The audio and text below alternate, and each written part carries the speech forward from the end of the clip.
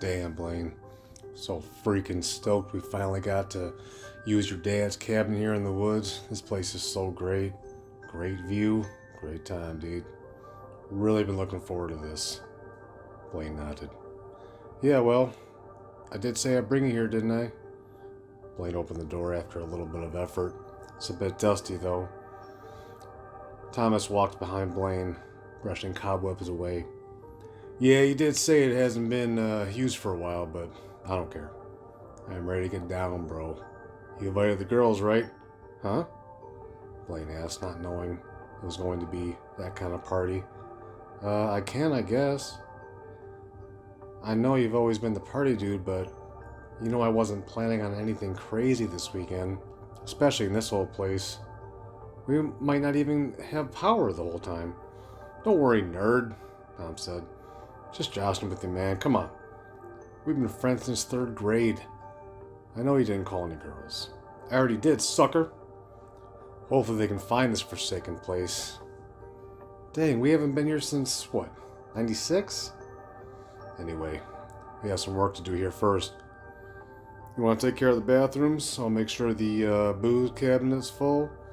Just have to put my risky business shades on so we can start this cleaning montage. Blaine looked confused. Okay, no idea what that means, but, you know, it's full. My dad left it. Full in hopes I'll have a party or some shit, he said, rolling his eyes. Noise! Let me do my air guitar real quick, Tom said. Your dad's the best, man. I'll pour us a couple shots. You make sure we have some firewood for later. You know I don't drink, Blaine said. Pour your own shot, he said, following Tom into the kitchen. Well, more for me, my friend, as he downs 2 shots of black velvet whiskey. Woo! Let's get this started. Hey, real quick, why haven't your parents used this place in so long? They have a house in town, Blaine said. They don't want to be here anymore. Too remote. Blaine seized Tom downing a double shot. Don't get too drunk, babe, he said, rolling his eyes, playfully walking to the glass door. Yeah, you got it, babe, Tom said with a nervous laugh. Kind of weird, Tom thought. Blaine sighs, knowing his best friend is probably going to get hella drunk as he stares out at the woods. Hey, so I was thinking, remember when we used to spend a few weeks up here on summer break? Tom said quietly. Blaine nodded. Of course I do, why? He asked, looking back at Tom. Never mind, Tom said as he sips another drink of whiskey, chased with the beer. Your parents said we could never go into the woods here. They, ever explain why? Oh, Blaine said, staying quiet. We can go during the daytime, but night, well, there's things out there. I've learned. From experience. Tom stops. No, for real, man. Come on, no fooling around, man. Blaine, not taking his eyes off the woods, says, I'm not joking. Don't you remember at night, when we were little, we would hear tapping and humming? Tom thinks, I thought that was your parents messing around with us. It was always kind of scary at night, though. It's just what parents do to scare little kids, you know? They probably just didn't want us to get lost.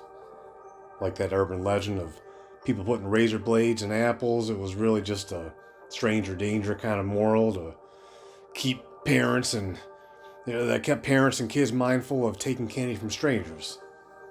Even though Halloween gets a total pass. No, not them, he said.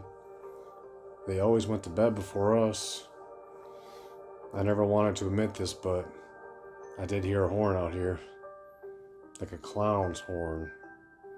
Tom said, I think you heard it. But we never discussed that was kid stuff, he said, trailing off.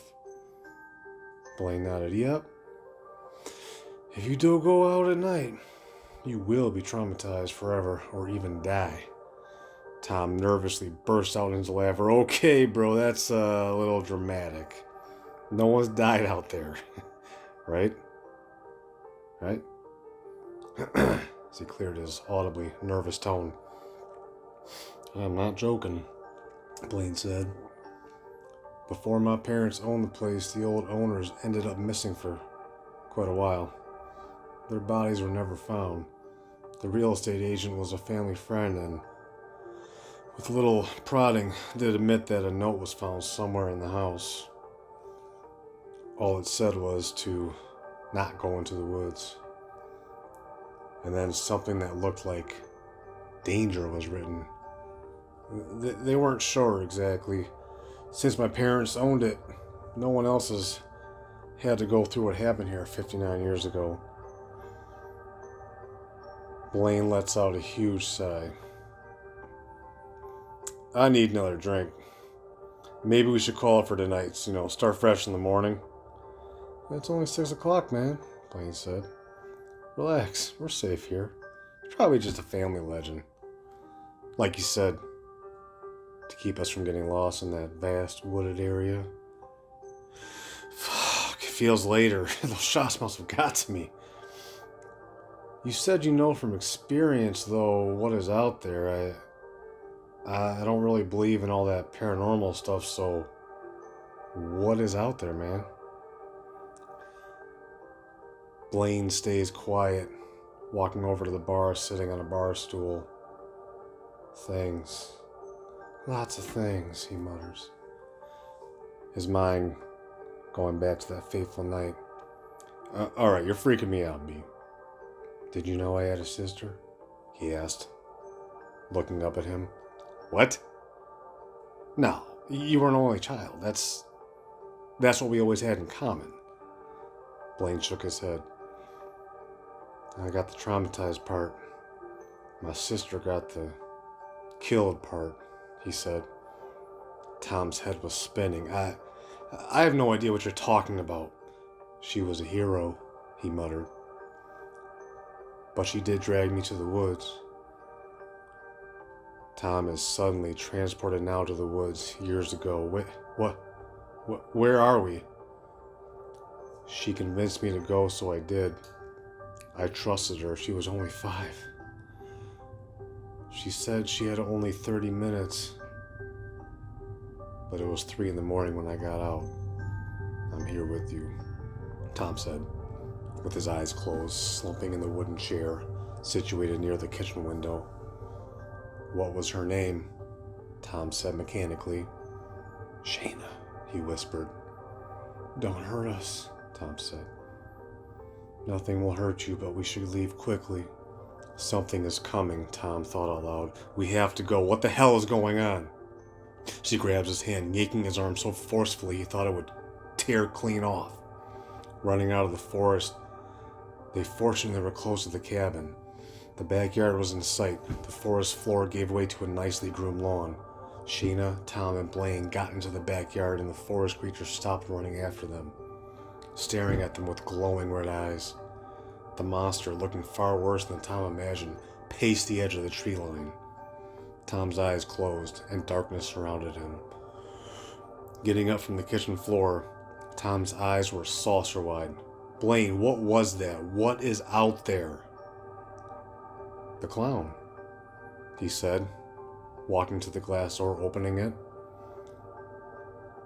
Blaine stared quietly, chuckling. Just messing with you, man. Now I finally got one on you.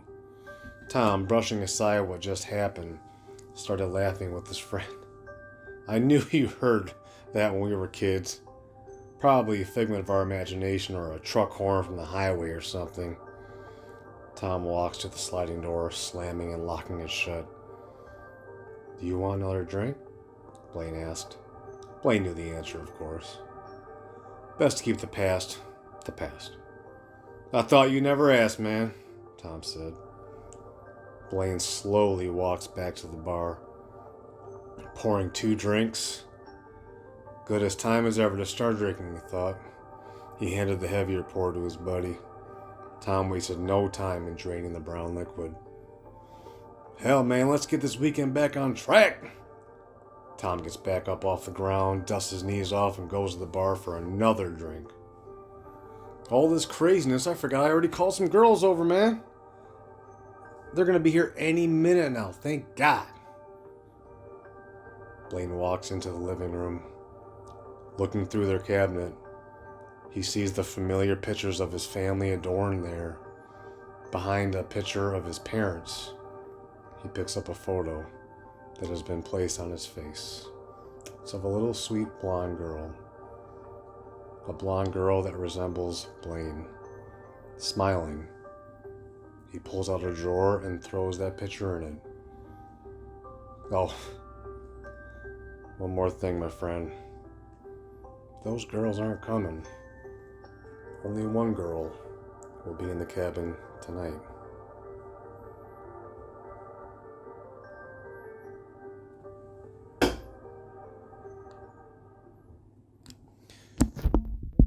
For listening, it's my first attempt. It's very raw, so bear with me. Thank you for listening. Like and subscribe, do all that stuff, and we'll see you next time.